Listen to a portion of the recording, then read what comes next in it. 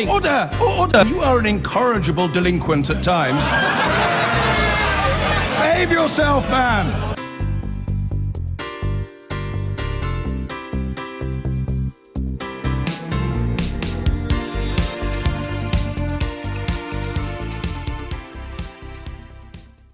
Well, the conflict tearing Syria apart has forced 4.5 million people to flee their land.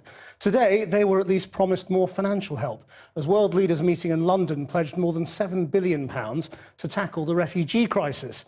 Many millions of people are still inside Syria in desperate need of humanitarian help. But cash can only go so far, of course. Peace talks have stalled again. Russian airstrikes are bombarding Aleppo province and entire towns are still besieged. Our international editor, Lindsay Hilsum, is at the London talks. Lindsay, how much money is supposed to be enough? Well, it depends how long the war is going to go on. Of that £7 billion, about half is for the coming year, but about half for projects and issues going on till 2020. But you know, the war could go on after that. At the moment, there's no sign of it stopping. As you said, the peace talks have stalled. And very significantly, the Syrian government clearly feels that it's on a winning streak. It's backed by the Russians with their airstrikes, with troops from Iran and also from Hezbollah. So they think that there is a military solution to this. They can win. Now, this aid, it's important. It is supposed to help with education for refugees and for jobs, because the refugees can't work. They're desperately poor. But on the ground, in Syria itself, well, John Kerry, the US Secretary of State, said, who would have thought that now, 5 years into the war, the situation on the ground would be worse than ever? Not walking, but running. Tens of thousands of Syrians were fleeing towards Turkey today. They massed on the border at the town of Kilis. 3 days of intense Russian airstrikes in and around Aleppo have turned the tide of war in the Syrian government's favor. Russian warplanes, Islamic State and Iran, we're hit from all sides. How can we resist this? We're fleeing the Russian airstrikes. They killed my brother, my mother and my father. They bombed us, so we fled. I saw 25 dead with my own eyes. The Turkish Prime Minister heard the news as he arrived at today's London conference. Now 10,000 new refugees are waiting in front of the door of Kilis because of air bombardment and attacks against Aleppo. 60,000 or 60 to 70,000 people in the camps in North Aleppo are moving towards Turkey. My mind is not now in London, but in our border, how to relocate these new people coming from Syria. Today, regional leaders said they just can't cope with the numbers of refugees in their countries. Today, 1 of every 5 people living in our kingdom is a Syrian refugee. It is as if the UK had absorbed the entire population of Belgium. Yet looking into the eyes of my people and seeing the hardship and distress they carry, I must tell you, we have reached our limit.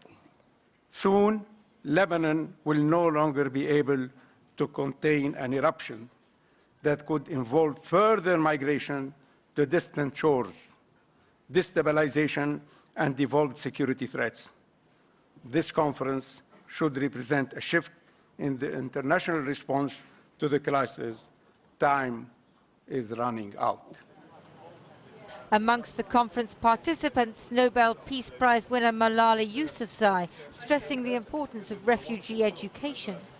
An end to the war we have to struggle for that as well. We have to talk about peace and we have to talk about negotiations, but meanwhile, the right of children to go to school should not be ignored.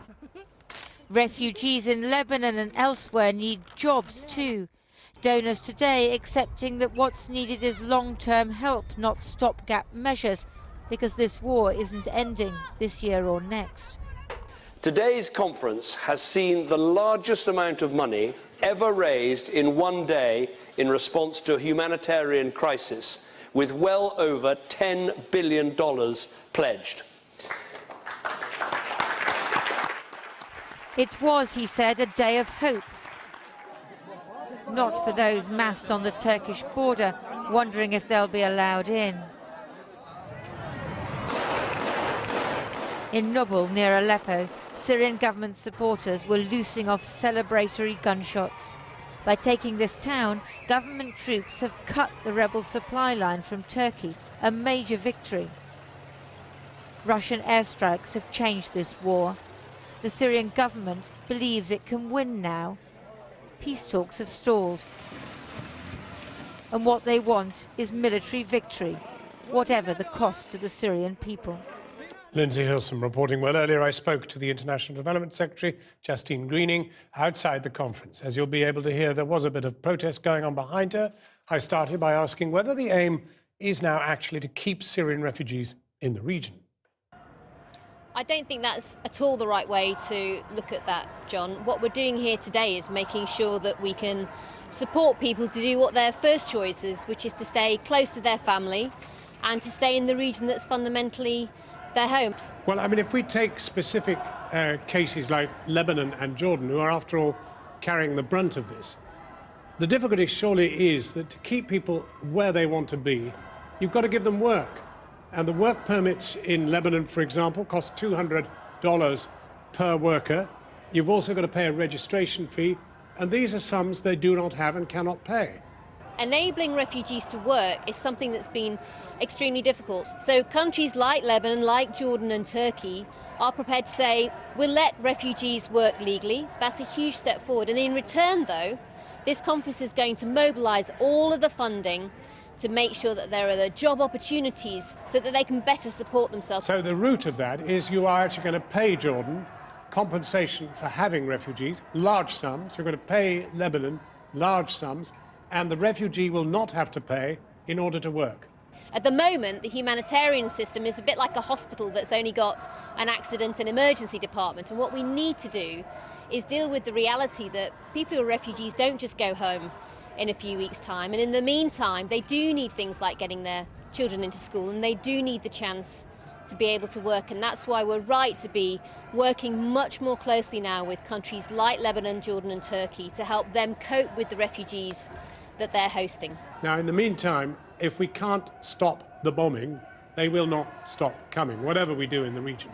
And the question, therefore, is what efforts are being made, given the breakdown in Geneva, of ever managing to stop the Russians, the Syrians, and everybody else bombing?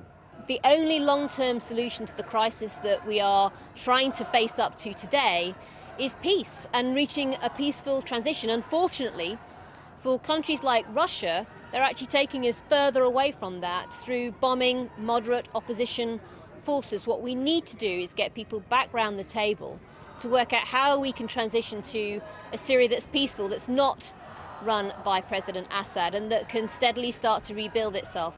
Justine Greening talking to me earlier. I've been getting away with it all my